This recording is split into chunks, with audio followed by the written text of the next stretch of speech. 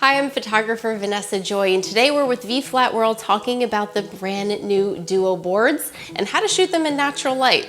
I've got quite the setup here. We had a lot of fun with food, cookies, pancakes, sugar, and shooting with the Canon M50 Mark II.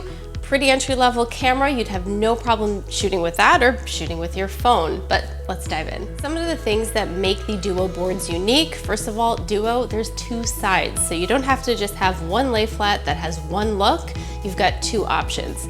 Second thing is it comes with these legs, and these legs make it possible to not just do a lay flat, but create an entire scene.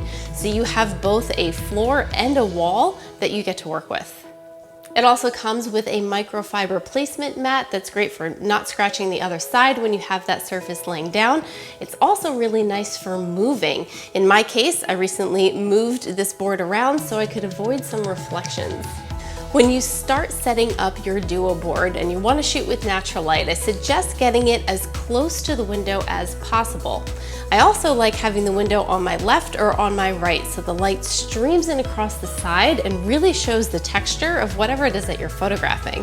In this case, we can really see all the detail of the beans, the sugar, every little crevice of the cookies, and it's going to bring out more detail in whatever you're photographing. Whenever you're shooting with natural light on surfaces, reflections can be hard to deal with, but here's how you get around that.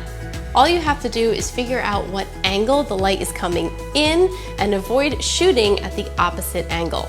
Light travels in straight lines, so wherever it bounces onto your surface, the reflection bounces off in the equal but opposite angle. In other words, just move and you won't have a problem with reflections. Now, you don't have to just move yourself. You certainly could move yourself left or right or even up or down, but you can move the entire board one way or another to get it closer or further away from the window, and that might help you out as well. Another thing you want to avoid is shooting with anything but that natural window light.